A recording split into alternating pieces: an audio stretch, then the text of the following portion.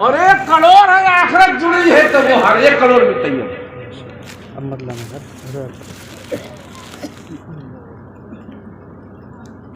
اب آخرت جڑنے کا مطلب یہ ہے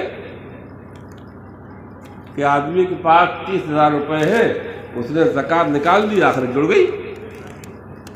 آدمی کے پاس 30 کروڑ ہے، زکوٰۃ نہیں نکالی، آخرت نہیں جڑی، بیکار ہو گئی۔ ایک آدمی کے پاس 30 کروڑ ہے اور وہ زکوٰۃ نکال رہا ہے، وہ اچھی ہے۔ ایک آدمی کے پاس 30,000 ہے، وہ نہیں نکال رہا، وہ اچھی نہیں ہے۔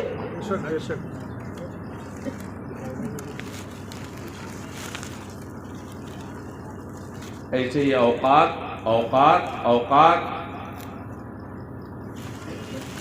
آدمی تجارت کر رہا ہے، ملازمت کر رہا ہے، کھیتی کر رہا ہے، دکان چلا رہا ہے، 5 وقت کی نماز پڑھ رہا ہے، یہ سب چیزیں اچھی ہیں، سب چیزیں اچھی ہیں، تجارت بھی اچھی ہے، دکان بھی اچھی ہے، نوکری بھی اچھی، چونکہ وہ یہ نماز بھی 5 وقت اسی لیے رکھی ہوئی ہے۔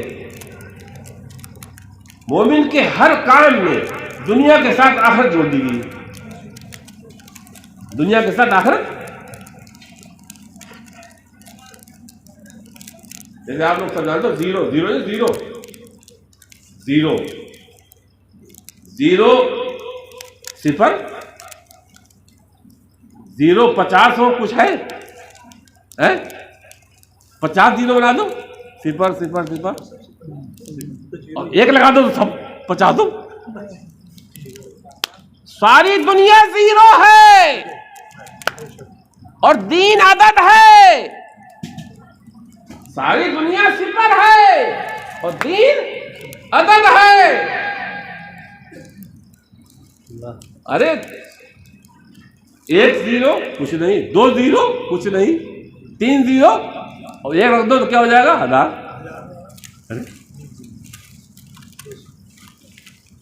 4 0 کچھ نہیں، 1 رکھ دو تو 10,000۔ کتنے ہو؟ 10,000 1 لاکھ ہوتا؟ 10,000۔ 5 0 کچھ نہیں، 1 رکھ دو تو 1 لاکھ۔ 6 0 کچھ نہیں، 1 رکھ دو تو 10 لاکھ۔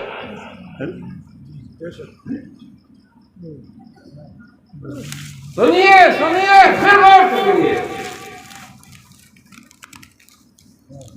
اگر دین نہیں تو دنیا کی ہر چیز زیرو ہے،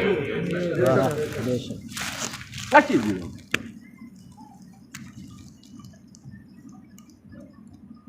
ہر زیرو سے دین جوڑو، ہر زیرو سے دین جوڑو۔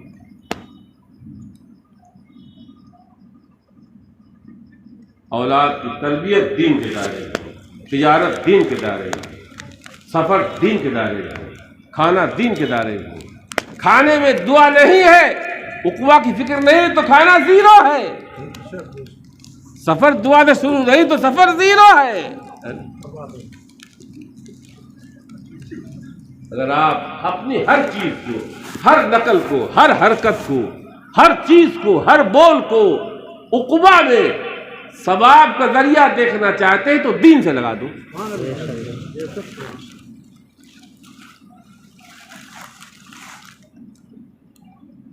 بڑے بڑے اولیاء اللہ مالدار بھی ہوئے، لیکن کیا تھا؟ مال کے ساتھ آخرت جڑی۔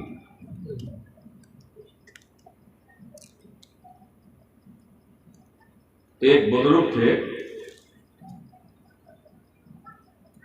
حضرت شیخ عبید اللہ احرار، غالباً مولانا جامی، یہ لڑکے مولانا جو بنتے ہیں، ایک شاہ جامی کتاب ہے، وہ پڑھ کے عربی گرامر کی سب سے آخری کتاب ہے نحو کی، وہ پڑھ کے تب یہ قرآن و حدیث پڑھتے ہیں بچے۔ تو مولانا شیخ عبد الرحمن جامی بہت بڑے، یہ اپنے زمانے کے اعلیٰ حضرت تھے، جیسے ہمارے زمانے کے اعلیٰ حضرت مولانا احمد اللہ ہے، عاشق رسول، ایسے ہی مولانا جامی شیخ عبد الرحمن یہ بھی اپنے زمانے کے اعلیٰ حضرت تھے، عاشق رسول تھے، عاشق قادر۔ اعلیٰ حضرت کا دیوان جو ہے ادا کے بخشش زیادہ تر اردو میں، ویسے عربی میں بھی اس میں کلام ہے، فارسی میں بھی ہے، ان کا سارا کلام جو ہے وہ عربی و فارسی ہے۔ یہ مرید ہونے گئے، پیر کی تلاش کی۔ آج تو خود ہی پیر ڈھونڈتے پھرتے، مرید کہاں ہے، مرید کہاں ہے، آج تو خود ہی۔ اور آپ کو پیروں نے جو ہے وہ کیا چھوڑ رکھے ہیں؟ چمچے چھوڑ رکھے ہیں۔ پیروں کیا چھوڑ رکھے ہیں؟ اور ایسے ایسے چمچے، سب سے بڑے چمچے پیروں کے ہیں الاؤنسر اور شاعر. سب سے بڑے جو چمچے ہیں پیروں کے وہ کون ہیں؟ الاؤنسر اور شاعر. بعد میں کر دیجیے.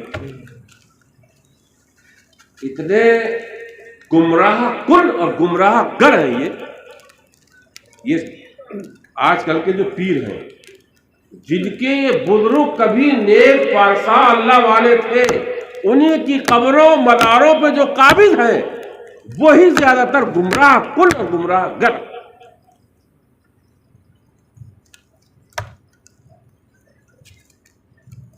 مدرسے میں پڑھے نہیں، حدیث پڑھے نہیں، تفسیر پڑھے نہیں، فقہ پڑھے نہیں،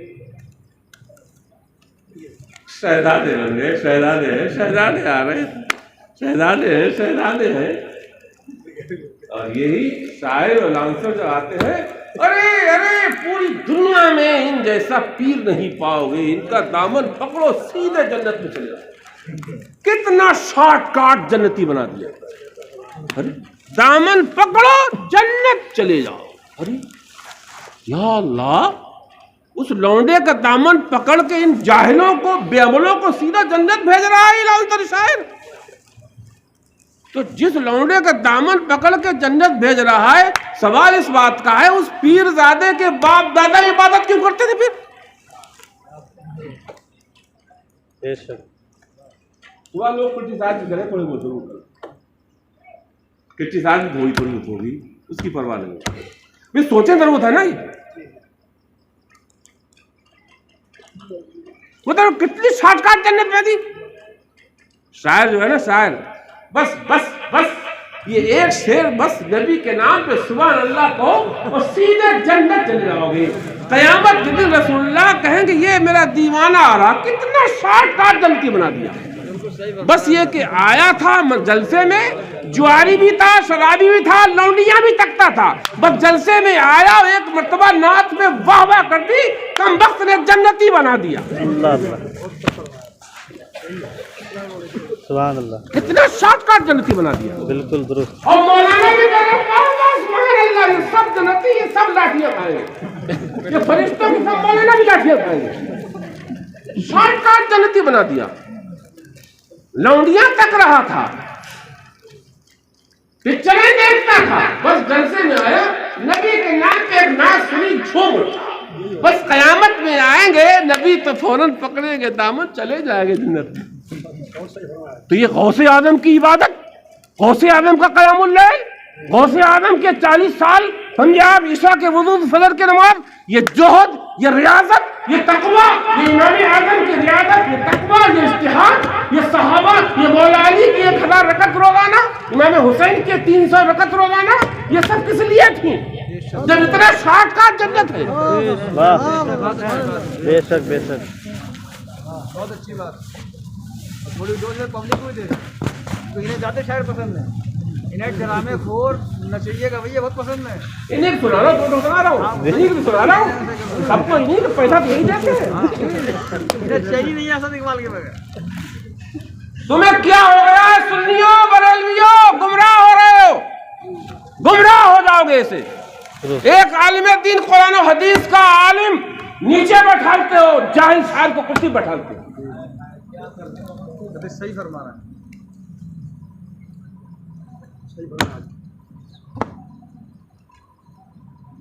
اپنے ایمان کو جو عالم دین ہے اسے 2 روپے نہیں دیتے ہو، اور فاسقوں کو، شاعروں کو، کم بختوں کو جو 1 وقت کی نماز نہیں پڑھتے انہیں 50,000 روپے دیتے ہو، اور اس کے بعد ان پہ یوں یوں یوں یوں یوں یوں.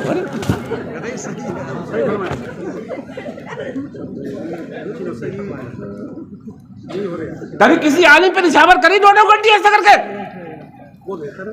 بیکار رہتا ہو، منی غیرت ماری گئی. کیا ایمان ہے تمہارا؟ یہ بالکل درست. ایمان بیچارہ بچوں کے علاج کو ترستا ہے، 50,000 شاعروں کو دے کے اور نعرے لگاتے ہو، اور پھر جھنڈیاں لے کے پیر زادوں کو 5 کلومیٹر پہلے لینے جاتے ہو. گھر پیر کا روشن ہے بجلی کی چراغوں سے، ہم کو تو میسر نہیں مٹی کا دیا بھی. اب سے اتنا تو ہو ہم جس سلسلے سے مرید ہیں وہ سلسلہ قادری ہے. بے شک. اسی قادری سلسلے میں ایک بزرگ ہے. اہل بیت کے جو مشائخ ہیں، اہل بیت کے مشائخ جیسے ہی وہاں ختم ہوتے ہیں غوث اعظم سلسلے میں، عالم سلسلے میں، تو جو شروع ہوتے ہیں وہ غیر اہل بیت ہیں. بہر معروف برسر معروف دے دے خوش سری حضرت سیدنا معروف کرکی، سبحان اللہ. یہ حضرت امام علی رضا کے مرید ہیں، خلیفہ ہیں. امام علی رضا کون ہے؟ امام علی رضا یہ بیٹے امام موسیٰ کاظم کے، موسیٰ کاظم بیٹے ہیں امام جعفر صادق کے، امام جعفر صادق بیٹے ہیں امام باقر کے، امام باقر بیٹے ہیں امام زین العابدین کے، اور امام زین العابدین بیٹے امام حسین کے.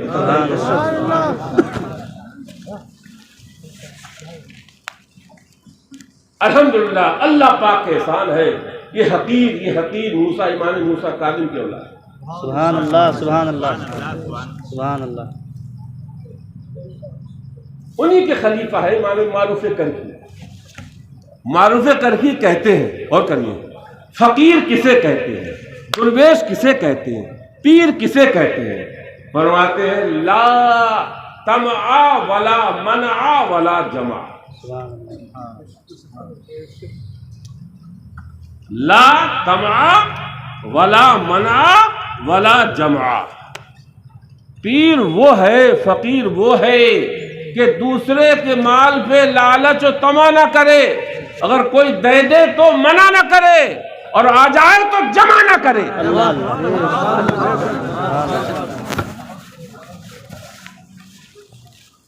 جائیداد پہ جائیدادیں، جائیداد پہ جائیدادیں، عمارتوں پہ عمارتیں. گھر پیر کا روشن ہے بجلی کے چراغوں سے، ہم کو تو میسر نہیں مٹی کے دیا بھی.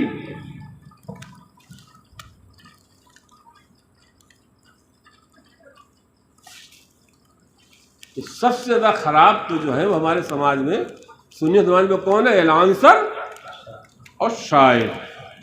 اعلانسر برا مت ماننا، وہ تو یاد کرو، برا مت ماننا. جو پیشہ ہے اتنا جھوٹ کا پیشہ ہے یہ. ابھی ایک دن بریلی ہم جاتے نہیں، دن میں چلے گئے، تھوڑے دن میں چلے جاتا. یہ تو عامر مجھے دماغ ہے رات میں رات میں کہیں جاتے نہیں، لیکن سوچا چلو بچے کے دل تو اپنے اب کل دن بھر میں بیکار رہوں گا، کل دن بھر میں بیکار رہوں گا، جبکہ ہمیں کل بریلی جانا ہے کچھ کام. تو بڑا سمجھدار تھا اعلانسر. میں نے ڈاٹا بولا حضرت میں نے توبہ کر لی، تکلیف کرا دو سے نہیں کروں. ایک دن مراد آباد چلا کے پھاٹا تھا، بولے حضرت میں نے کہا چھوٹے تو تقریر کرنے کیوں نہیں کرتا، یہ لائبریری کیوں کرتا ہے، جھوٹ بولتا ہے. ارے عالم نہیں عالم کہہ رہا ہے، علامہ نہیں علامہ کہہ رہا ہے، جھوٹ نہیں ہے.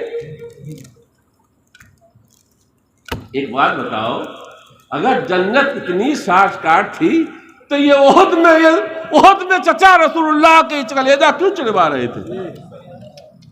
صحیح بات ہے. جنت اتنی شارٹ کاٹ تھی تو امام حسین اپنے لشکر جوڑوں کو وہاں کربلا میں کیوں پیش کر رہے تھے؟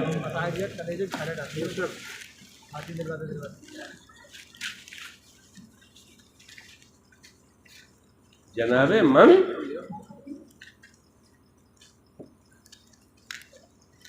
امام جعفر صادق غالب امام مالک یا کسی دوسرے بزرگ کا قول ہے جنت اتنی شارٹ کاٹ. ارے وہ تو بتاؤ نا یار، ان سے زیادہ ڈائریکٹ سید.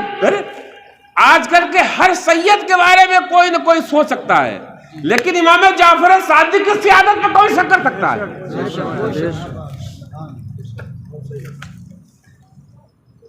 ارے دو واسطوں سے امام حسین کے پوتے ہیں، پر پوتے ہیں امام زین العابدین اور امام باقر، پھر امام جعفر صادق، جن کی ابھی کنوں فاتحہ دلائی سب نے. مدینے میں رہتے تھے تو ایک امام فرماتے جب بھی میں امام جعفر صادق کے پاس گیا تو میں نے یا تو انہیں قرآن کی تلاوت میں پایا یا نماز میں پایا یا پھر روزے سے یا پھر فقہ اور حدیث بیان کرتے، اور اس کے علاوہ نہیں. اور آج کل کہیں ملے ابھی آرام کر رہے ہیں، ابھی آرام میں ہے، ابھی آرام کر رہے ہیں حضور، ابھی حضور آرام میں ہے حضور. خانقاہ کے سجاد خان مسجد ہوتی وہاں نہیں جاتے.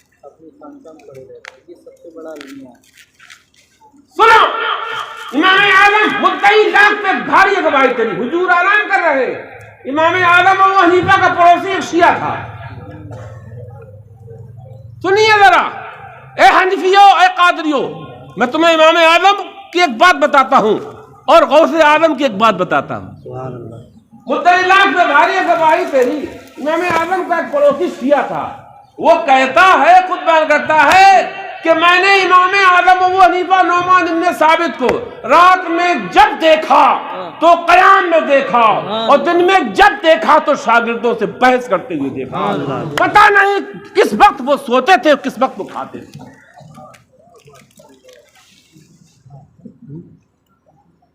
سب کو سوچنے کی ضرورت.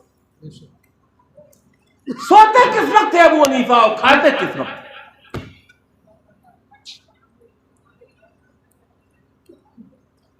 جنت اتنی آسان ہے کہ صاحب ایک مرتبہ نعت خانی کی محفل میں شامل ہو گئے تو وہ شاعر سب جنتیں دے گیا، 8 جنتیں 8 دے گیا، جدھر سے جاؤ ادھر سے چلے جاؤ. 8 اتنا با اختیار ہے، ایسا دامن دے گیا ہے وہ. بس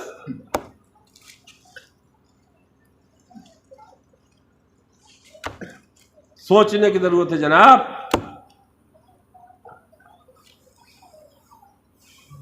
اب میں ایک بات اور کہہ رہا ہوں. بات کیا ہے؟ اچھا، یہ اتنے شاعر الانصر بریلویوں کے علاوہ کسی اور فرقے میں دے کے بتانا، صحیح بتانا. بالکل صحیح بات ہے. بتاؤ چلیں دکان ہے. بات کیا ہے؟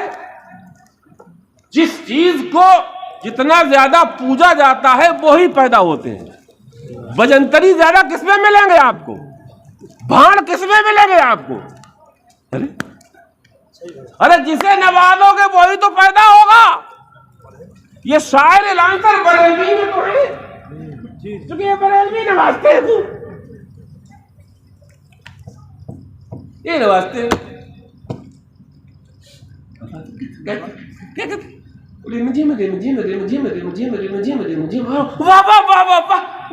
کون سی بھیا کون سی تاریخ ہے وہ کہہ رہا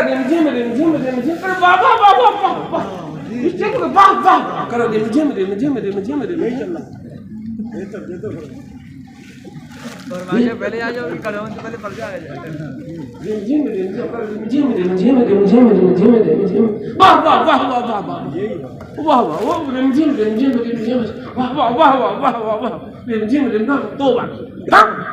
سوچ کر گھٹیا سے.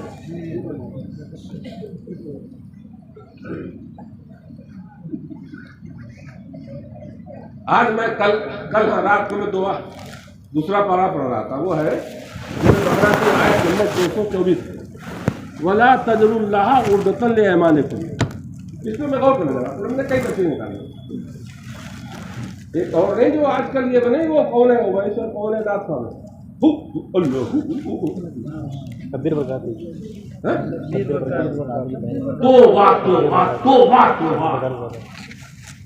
شاید ضرور تو شاید کر مجھے وَلَا تَجْعَلُوا اللَّهَ عُرْضَةً لِأَيْمَانِكُمْ. آیت ثابت ہو گئے، آیت نمبر 224 ہے.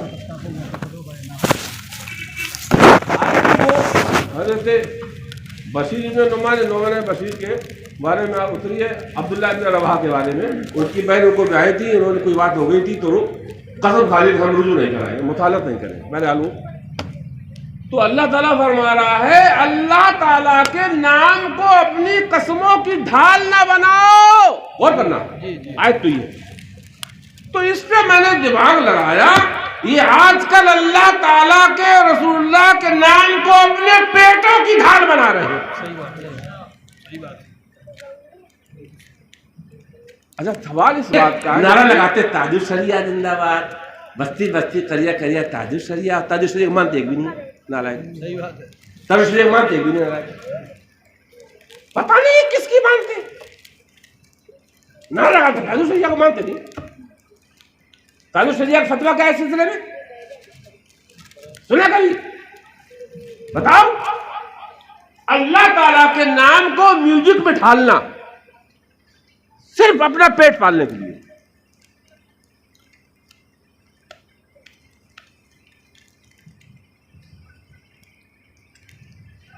تو جناب من آپ گڈیاں کھولتے ہیں اس لیے پیدا ہو رہے، آپ گڈیاں نہ کھولو، آپ یہی پیسے علماء پر نشاور کرو تو علماء اور محنت کریں گے، پھر عالم کا عمل پیدا ہوگا۔ یہ گڈیاں، یہ نذرانے، یہ جیبیں علماء کے لیے کھول دینا۔ تو 40 تک کی فاتحہ پڑھا میں گھر پہ نہیں تھی کسی کو، امام پر رہتے۔ اب بیچارہ جب مجبور ہے تو مانگے گا، کبھی تعویذ کرے گا، اس میں مانگے گا۔ ارے وہ اپنے بچے کو بھاڑ میں ڈال کے آئے، وہ اپنے بچے بھاڑ ڈال لے۔ ارے بھائی اس پیر کو، جیسے تم لونڈے کو کہہ رہے ہو شہزادے آئے، شہزادے آئے، شہزادے کو انجام ٹیکچر مارکیٹیں خریدے بیٹھے ہیں، جانے کیا کیا ہے، اور اس کے بیچارے کبھی خبریں نہیں پڑی ہوئی ایمان کے، اسی کے لیے تمہاری نہیں جیبیں کھل نہیں۔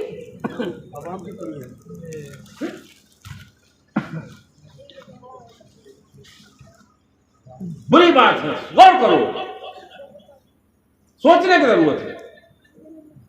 اپنے علماء کو، جو آپ کے ائمہ ہیں، جو آپ کے علماء ہیں، یہ رقم آپ ان پہ صرف کرو، ثواب ملے گا، اللہ تعالیٰ بھی راضی ہوں گے، اور جو بزرگ ہیں وہ بھی راضی ہوں گے، وہ بھی خوش ہوں گے۔ شیخ سعدی شیرازی، افسروں میں ایک شیخ سعدی شیرازی کا سب کو سوچ، شیخ سعدی جیسے پیر جو ہوتا ہے اسے کیا کہتے ہیں، اسے درویش مانتے ہیں تو ایک عالم ہوتا ہے، ایک فقیر ہوتا ہے۔ فقیر وہ کہلاتا ہے جو تارک الدنیا ہو، عالم وہ کہلاتا ہے جو دنیا میں شامل ہو۔ فقیر درویش وہ جو تارک الدنیا ہو، عالم وہ جو دنیا میں شامل ہو، لوگوں کے ساتھ لوگوں کی خدمت کرے، ٹھیک ہے۔ تو شیخ سعدی فرماتے ہیں درویش کو، فقیر کو مت دو تاکہ اس کی توجہ اور خدا کی طرف بڑھے، عالم کو زیادہ دو تاکہ وہ اور علم پھیلانے میں جد و جہد کرے۔ فقیر کو زیادہ دے دو گے تو وہ ایسیوں میں لیٹے گا، خدا سے کیا لوگ آئے گا۔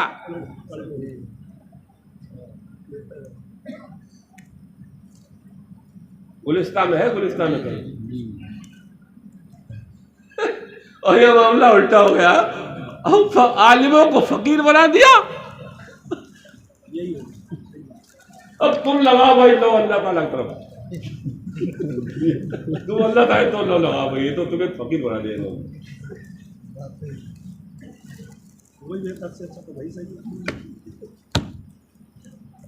سوچنے کی ضرورت ہے۔ ہاں ایسا نہیں ہے کہ میں نعت کا دشمن ہوں، سنو، یہ بچے جانتے ہیں الحمدللہ ہر 11 تاریخ کو محفل میلاد اپنے میرے گھر ہوتی ہے، اور نعت ہی ہوتی، اس میں تقریر نہیں ہوتی ہے، اعلیٰ حضرت کی نعتیں ہوتی ہیں، اور ہمارے 2 بچوں میں ایک بیٹا خود نعتیں کہتا ہے، ان کی نعتیں ہوتی ہیں، مفتی اعظم نعتیں ہوتی ہیں، میلاد ہوتی ہے، قیام ہوتا ہے، سلام ہوتا ہے، پھر نظر ہوتی ہے، پھر جو بھی معذر ہوتا ہے وہ بانٹا جاتا ہے۔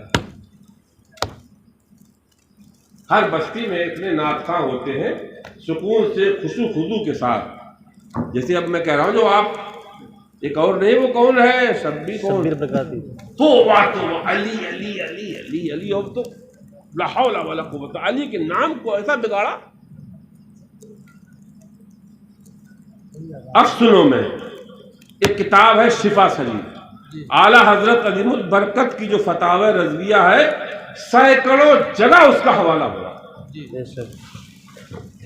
آپ سنیے، اس میں انہوں نے ایک باب باندھا ہے، اس کی ایک فصل ہے باب تعظیم النبی و توقیرہ فی الحیات و بعد موتہ، اللہ تعالیٰ کے پیارے حبیب کی تعظیم و توقیر آپ کی حیات ظاہری پہ اور آپ کے وصال کے بعد۔ تو بہت لمبی اس میں حدیثیں ہیں، اور اس کا خلاصہ یہ ہے اس فصل کا کہ جس طرح سے اللہ تعالیٰ کے پیارے حبیب کی تعظیم و توقیر ان کی زندگی میں ایک مومن پر حیات ظاہری میں واجب ہے، ایسے ہی بالکل وصال کے بعد واجب ہے۔ بے شک، اور یہ نہیں کہ مدینہ ہی میں نہیں، میں کب، جب نبی کا نام لیا جائے، نبی کی نعت پڑھی جائے، نبی کی حدیث پڑھی جائے، جب اب اعلیٰ حضرت فتح رضویہ میں بھی جلد 40 میں اس میں بڑی وضاحت کی ہے، وہ پورا مجھے سنا سکتا تھا میں لیکن ٹائم بھی نہیں ہے. تو اعلیٰ حضرت فرماتے ہیں، ایک اور شیخ ابراہیم تجربی بہت بڑے بزرگ ہیں، وہ فرماتے ہیں کہ جب اللہ تعالیٰ کے پیارے حبیب کا نام لیا جائے یا نام لو یا کوئی دوسرا نام لے تو جسم کو بالکل حرکت مت کرو، تواضع کے ساتھ خشوع خضوع کے ساتھ سر جھکا کے سنو، اور یہ کرو واہ واہ واہ واہ واہ واہ توبہ توبہ، جھومتے ہو واہ واہ توبہ توبہ. مدینہ ہی میں نہیں، شیر پور میں بھی جب نام لیا جائے تمہارے گھر میں تو سر جھکا لو. فرماتے ہیں وہ حدیث میں، جب اللہ تعالیٰ کے پیارے حبیب کے صحابہ کے سامنے سرکار بیان فرماتے تھے، سرکار کا نام لیا جاتا تھا تو صحابہ ایسے ثابت و ساکت ہو جاتے تھے گویا ان کے سروں پر پرندے بیٹھے ہوں. اب یہ حدیث سنو اور اپنے جلسوں کی ایک کیسٹ دیکھو. بھائی پتہ نہیں یہ کس کی مانتے ہیں، نام رضا رضا رضا کرتے ہیں، رضا رضا رضا رضا رضا رضا تو الرضا للہ. کیا ہو گیا ہے؟ یا تو بھائی چلو ٹھیک ہے ہمارے اپنے لوگ ہیں، دوسرا اگر کہیں مولانا بول دے گا تو بیچارہ پھٹ جائے گا. وہ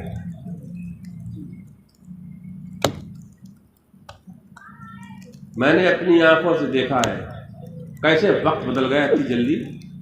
یہاں بھی شیر پور میں زندہ ہو گئے لوگ ایسے. ایک تھے سنبل کے مفتی محمد حسین صاحب سنبل، ضرور یہاں ابھی اس مجمع میں ایک آدھ تھا وہ یہاں شیر پور بھی آتے تھے. میں ان کی صحبت میں رہا، میں نے کچھ ان سے پڑھا بھی ہے الحمدللہ.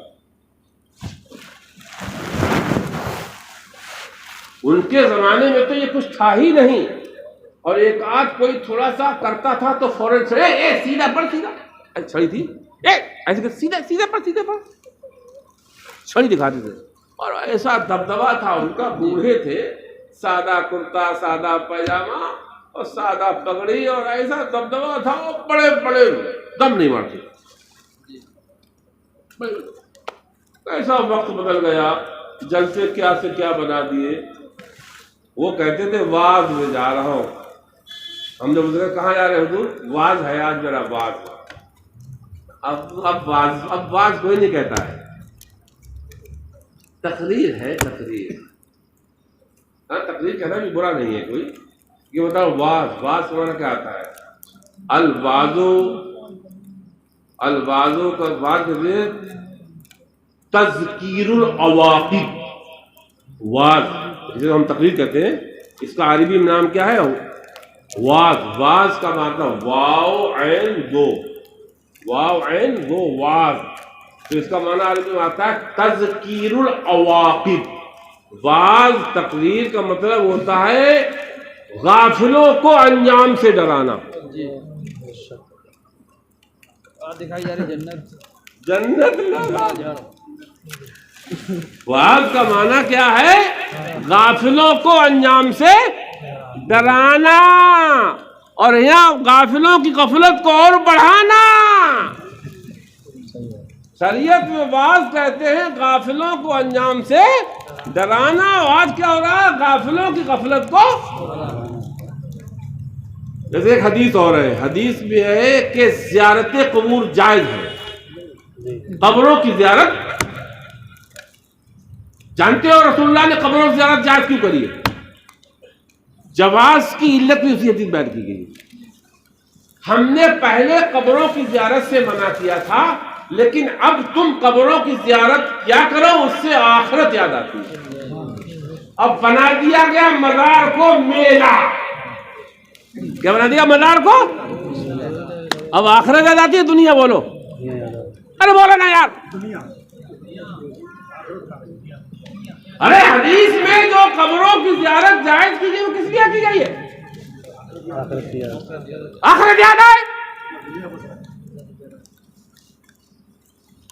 اور وہاں قبروں کو بنا لو، کیا بنا جا رہا ہے؟ بازار اور میلہ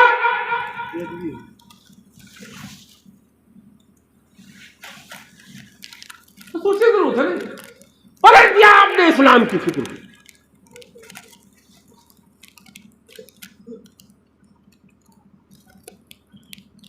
اس کی الہاکم التکاثر حتی زرتم المقابر. ایک تفسیر ساتھ کر رہا ہوں ساوی کے حوالے سے. یہ مولانا لوگ پڑھیں، سب نے جلالین پڑھی ہے. جلالین کا ایک حاشیہ ہے ساوی، امام مالکی ایک بزرگ ہے علامہ ساوی ان کا ہے.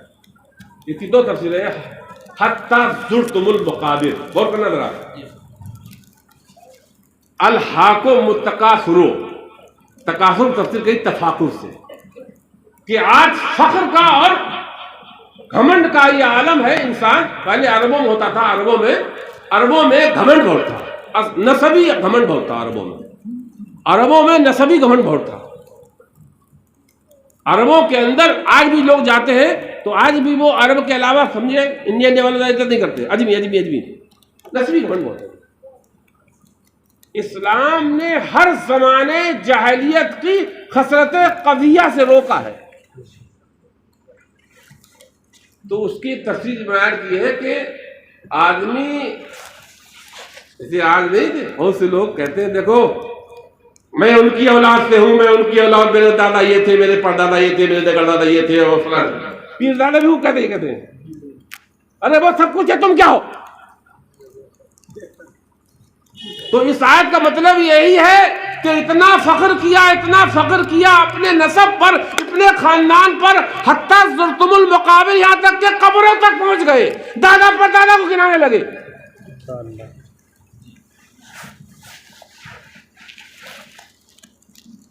قرآن پڑھیں یہ سب لوگ. قرآن نہیں آتا ہے تو جو قرآن کے جنہیں اللہ تعالیٰ نے قرآن کا علم دیا ان کی صحبت میں بیٹھے.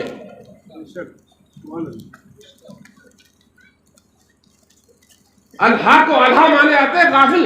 ارے اتنے تم تکاثر و تفاخر نے تمہیں اتنا غافل کیا کہ فخر کرتے کہاں پہنچ گئے؟ مقابر.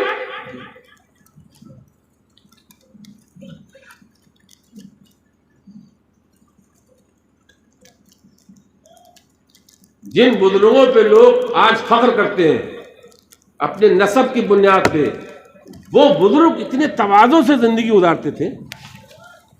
سنا امام حسین، ارے امام حسین سے بڑا کون سید ہوگا؟ بولیے. امام حسین کی سنو. حسن بصری غالباً فرماتے کہ ایک دن میں کعبے کا طواف کر رہا، میں کعبے کا طواف کر رہا، رات کی تنہائی تھی. غور کریے، یہ جو آبائی تفاخر ہے، گھمنڈ سے ہوتا دیکھیے. بابے میں حسین بیٹے کس کے ہیں؟ مولا علی کے. نواسے کس کے ہیں؟ ماں کون ہے؟ ان سے زیادہ مضبوط سیادت کس کی ہوگی؟ انہوں نے رسول اللہ کی صحبت میں علم حاصل کیا ہے. صحابیت کا شرف انہیں حاصل، اہل بیت ہونے کا شرف انہیں حاصل، پسر علی ہونے کا شرف انہیں حاصل، نواسہ رسول ہونے کا شرف، صفت نبی کا شرف انہیں حاصل، ابن فاطمہ کا شرف انہیں حاصل، جنت کی سعادت کا مژدہ انہیں حاصل. غور کریے، جنت کی سعادت خالی جنتی نہیں. کیا فرمایا نانا نے؟ الحسن والحسین سیدہ. تو جنتی جوانوں کی سعادت کا شرف ان کو حاصل. اس کے بعد سنو حسن بصری جو ان کے والد ہی کے مرید ہیں، ان کے والد ہی کے مرید ہیں. صوفیہ سے یہی ثابت ہے، حسن بصری ان کے والد ہی کے مرید ہیں. فرماتے رات کی تنہائیوں میں ہم کعبے کے طواف کر رہے ہیں تو میرے کانوں سے ایک آواز ٹکرا رہی کہ رو رہا ہے بلک بلک کے، اور رو اس طرح سے رہا ہے یعنی معلوم پڑتا ہے وہ اپنے وقت کا بڑا شرابی تھا، بڑا جوالی ہے، بڑا بدکار تھا. اے میرے مولا، تو نہیں بخشے گا تو ہمیں کون بخشے گا؟ تو نے نظر کرم پھیر لی تو ہمارا کہاں ٹھکانا لگے گا؟ اے مولا یہ تیرا ناکارہ گناہگار بندہ تیری بارگاہ میں گڑگڑا رہا ہے، اے مولا ہمارے گناہ بخش دے، ہماری خطاؤں کو معاف فرما۔ بلک بلک کے رو رہا ہے، بلک بلک پڑک پڑک کے رو رہا ہے، اس طرح سے رو رہا ہے کہ میرا جگر اس کے رونے سے پھٹا جا رہا ہے۔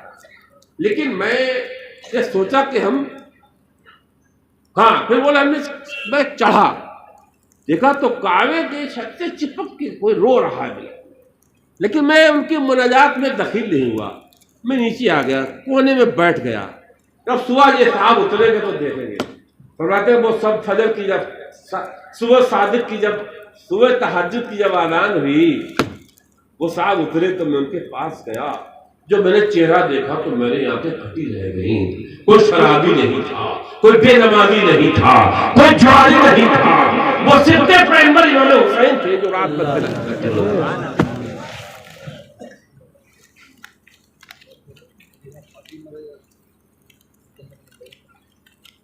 کیا دامن پکڑ لو حجرت کا، بس ایک مرتبہ کہہ دو پار ہو گیا۔ انہوں نے کس کا دامن پکڑا تھا؟ رسول اللہ، بیٹے رسول اللہ کے، دامن رسول اللہ کا، بیٹے فاطمہ کے، بیٹے مولا علی کے۔ اللہ تعالیٰ کی ہم پناہ چاہتے، بات کہاں سے کہاں پہنچ گئی۔ بہرحال عالموں کو آپ نوازیں گے تو زمانے میں علماء پیدا ہوں گے، اور شاعروں کو نوازیں گے تو پھر شاعر پیدا ہوں گے۔ علماء کی خدمت کیجیے۔ اب میری کتاب ہے، میں نے اس میں لکھا ہے، جو میری کتاب ابھی آئی ہے صدقات و زکوٰۃ کے آداب ہے، اس میں نے حدیث نقل کی ہے، ایک انسان صاحب مال کو کوشش کرنا چاہیے کہ اس کا مال جہاں تک ہو سکے متقی اور پرہیزگار کے پیٹ میں جائے۔ دیکھا آپ نے تفصیل ہے، میں نے نچوڑ بتا دیا۔ ہر مالدار کو، سارے مال کو یہ کوشش کرنا چاہیے کہ اس کا مال، اس کی محنت کی کمائی جہاں تک ہو سکے متقی اور پرہیزگار کے پیٹ میں جائے۔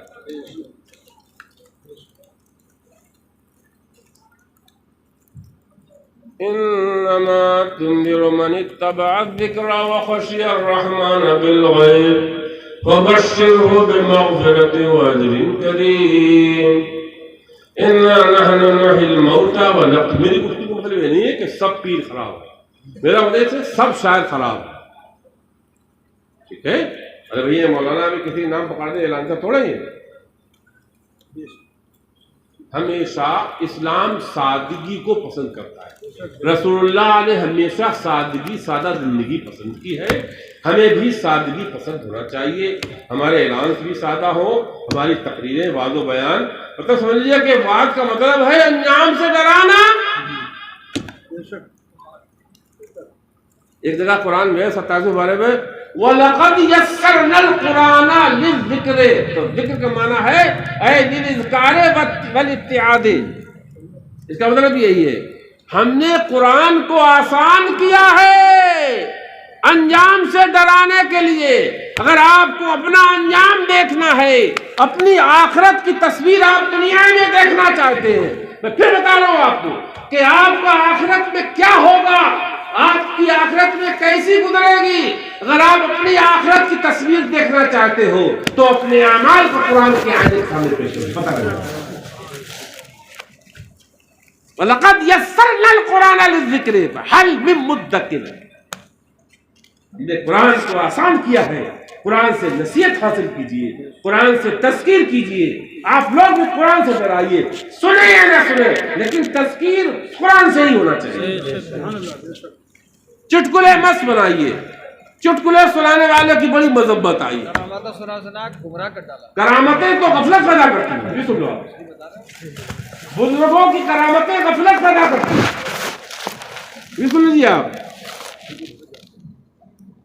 اور آج ہمارے لوگ بہت سے بیچارے واعظین ہیں، میلاد خان، یہ ہر جگہ دیکھیے کرامت بے شک حق ہے، سن لو ایک بات سنو، کرامت اولیاء اللہ کی، دیکھیے کرامت ویسے کہتے ہی اس کو جو عقل کے نہ آئے، عقل کے خلاف ہو، لیکن یہ سائنس اور ٹیکنالوجی کے زمانہ ہے، ہر ولی کی ہر کرامت ہر شخص سامنے نہیں بیان کرنا چاہیے۔ جسے آج کل بہت سے لوگ ہیں سنی، لیکن ہیں گھرانے میں سنی پیدا ہوئے، لیکن کالج اسکول میں پڑھ رہے ہیں، ان کو نئی تہذیب کا اثر آ گیا ہے، اب جلدی وہ نہیں سمجھ پاتے ہیں کہ غوث اعظم مردہ زندہ کیا ہوگا. تو اسے نائل و سامنے مت بیان کرو. بے شک زندہ کیا ہے، قدرت خدا نے دی ہے، لیکن یہ کرامت ہر شخص سامنے نہیں بیان کرنا.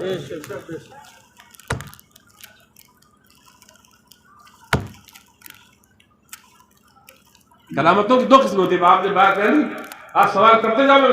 کرامت کی دو قسمیں ہوتی ہیں، ایک کرامت حسیہ ہوتی ہے، ایک کرامت معنویہ ہوتی ہے. کرامت حسیہ پہلے سمجھ لیجیے، یہی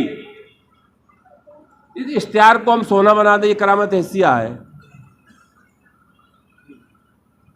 بکری کو کتا بنا دیا، کرامت حسیہ ہے. ٹھیک ہے. ایک آدمی یہاں بیٹھا تھا، وہ پلک جھپکتے ہی بریلی پہنچ گئی، کرامت حسیہ ہے. اور کرامت معنویہ، اللہ اکبر، قرآن کے معارف حاصل کر لینا، قرآن کے حقائق دل میں آ جائیں، حقائق قرآن، معارف قرآن، معرفت الہی، اللہ تعالیٰ کی وحدانیت، اللہ تعالیٰ کی الوہیت کے حقائق معلوم کر لینا، یہ کرامت معنویہ کہلاتی ہے. اور کرامت معنویہ کا درجہ کرامت حسیہ سے بہت بڑا ہے. لیکن آج کوئی ہمارے غوث اعظم کی ہم جو کرامتیں بیان کی جاتی صرف کرامت حسیہ بیان کی جاتی ہے. اللہ اکبر، اللہ اکبر. غوث اعظم کو اللہ تعالیٰ نے کرامت معنویہ اس قدر عطا فرمائی تھی، اس قدر عطا فرمائی تھی.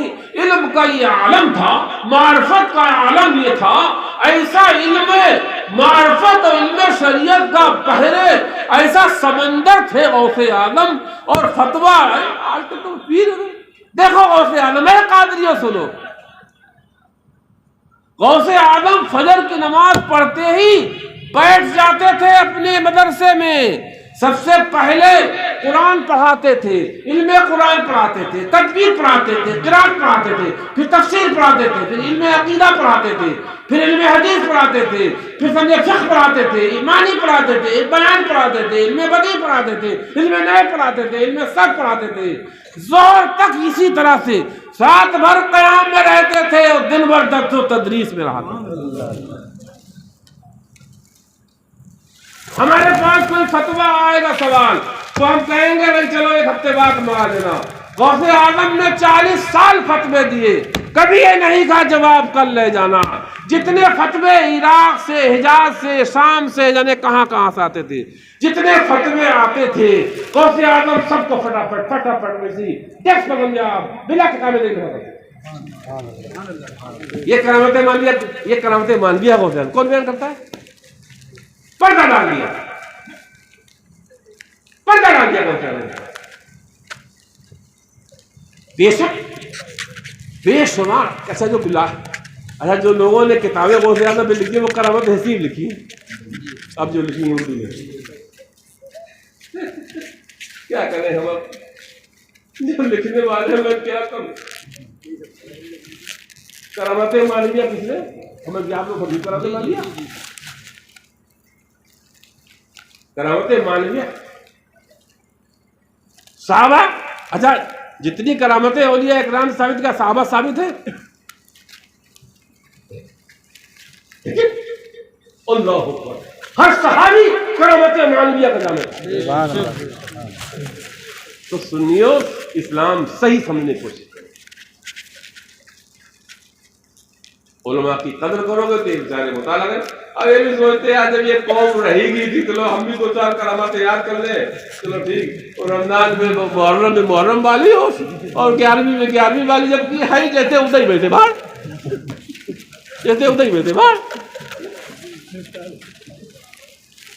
علم کی قدر کرو گے تو علم والے پیدا ہوں گے، فقہ کی قدر کرو گے تو فقیہ پیدا ہوں گے. اور جب ہجڑوں کی قدر کرو تو ہجڑے پیدا ہوں گے، جن کے پیدا ہوں گے. علماء کی قدر کیجیے، علماء کی عزت کیجیے. علماء انبیاء کے وارث ہیں. کہیں کوئی حدیث میں بتا دے کہ شاعر انبیاء کا وارث ہے، ایک حدیث لائے، ایک حدیث کوئی لائے شاعر انبیاء کے وارث ہے.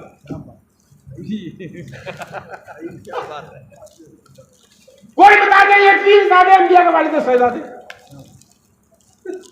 ایک حدیث لے آؤ پیر زادوں کی، میں دعوے سے کہہ رہا ہوں جہاں چاہنا وہاں پہنچا دینے کی بات ہے۔ بے شک ایک حدیث لاؤ کہ پیر زادوں پہ کوئی حدیث یہ وارد ہے اور شاعروں پہ حدیث وارد ہے۔ علماء پہ امام غزالی کی احوال العلوم دیکھو اور کیا دیکھو، سینکڑوں حدیثیں ملیں گی علماء کی تعظیم پر، علماء کی خدمت پر، علماء کی تعظیم پر سینکڑوں حدیثیں ملیں گی۔ غوث اعظم کے زمانے میں پیر زادے خاندان کا تصور نہیں تھا، غریب نواز کے زمانے میں پیر زادے تصور نہیں تھا، پیر کا تصور تھا۔ مفتی اعظم کیا کرتے تھے؟ پیر بنائے پیر زادہ نہ بنائے۔ مفتی اعظم کیا کرتے تھے؟ اللہ خدا پیر بنائے پیر زادہ نہ بنائے، اسی لیے کہتے تھے لاؤ حدیث کو پیر زادوں پہ، لاؤ حدیث کو شاعروں پہ، اور علماء پر سینکڑوں حدیثیں ملیں۔ انما یخشی اللہ من عبادہ العلماء، قرآن کی آیتیں ملیں گی، شاعروں پہ دکھاؤ کوئی آیت ہو۔ بلکہ یہ فرمایا وما علمناه الشعر وما ينبغي، شاعری کے بارے میں یہ ہے ہم نے اپنے نبی کو علم میں شعر دیا ہی نہیں اور ان کی شان بھی نہیں۔ اللہ اللہ ارے ایسی شریف نہیں ہے، لیکن نعت کہنا نعت لکھنا جائز ہے، ثواب ہے، ایسا نہیں ہے۔ تو کوئی دیکھے پھر آنند تمہیں کوئی سوال کرتے آنند کے لکھی پھر شاعری اللہ تعالیٰ کے بارے میں خود اللہ تعالیٰ اپنے حبیب وما علمناه الشعر، صاف صاف ہے ہم نے اپنے حبیب کو شعر کی تعلیمیں دی ہے۔ اصل بات کیا ہے رسول، دیکھیں نبی کا جو کلام ہوتا ہے، نبی کی جو بات ہوتی نا وہ نفس الامری اور واقعی ہوتی، اس میں کوئی بناوٹ نہیں ہوتی۔ اور جب شعر کہا جاتا ہے تو شعر میں کچھ نہ کچھ بناوٹ ضرور آ جاتی ہے، شعر میں کچھ لپٹ ضرور ہوتی ہے۔ اللہ تعالیٰ اپنے نبیوں کو اس طرح سے محفوظ ہوگا بناوٹی وما ينطق عن الهوى، نبی ایک لفظ بھی خواہش سے نہیں کہتے ہیں، وہ جو بولتے ہیں خدا کی طرف سے بولتے ہیں۔ آپ بتائیے، آپ کوئی آیت لاؤ شاعروں کے بارے میں، کوئی حدیث لاؤ شاعروں کے بارے میں، علماء کے بارے میں کتنی ہے، آیت بھی ہے حدیثیں بھی ہیں، کئی آیتیں میں نے ایک ہی آیت پڑھی ہے۔ حل کیا ہے الذین حل یستوی الذین یعلمون والذین لا یعلمون، کتنی حدیثیں ہیں، آیتیں ہیں، کتنی حدیثیں علماء کے بارے میں ہے، حدیثیں بھی آیتیں بھی شاعروں کے بارے میں لاؤ، جن کو تم 50,000 روپے دے کے بلاتے ہو ان کے بارے میں کوئی حدیث لاؤ۔ اس سے زیادہ صاف ستھری بات تمہیں کون بتائے گا؟ اب اس کے بعد تم میرے مخالف ہو جاؤ تو اللہ ہی کرا، اتنی کھری کھوٹی تمہیں بتا کے جا رہا ہے قرآن سے، میں ثابت میں کہہ کے جا رہا ہوں ان شاعروں کے بارے میں ایک حدیث یا ایک آیت لے آؤ۔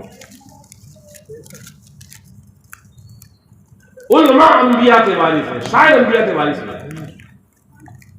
علماء انبیاء کے وارث ہیں، شاعر انبیاء کے وارث ہیں۔ اللہ تعالیٰ کی پناہ چاہتا ہوں، اللہ تعالیٰ ابھی آپ لوگ اور سننا تقریر، ہم تھوڑا تھکے ہوئے بہت ہیں اور بڑا تیز بول بھی دیے ہیں، اور ابھی آپ یہ جلسہ ان کا چلے گا اور بڑا انتظام کیا ہے۔ استغفر اللہ ربی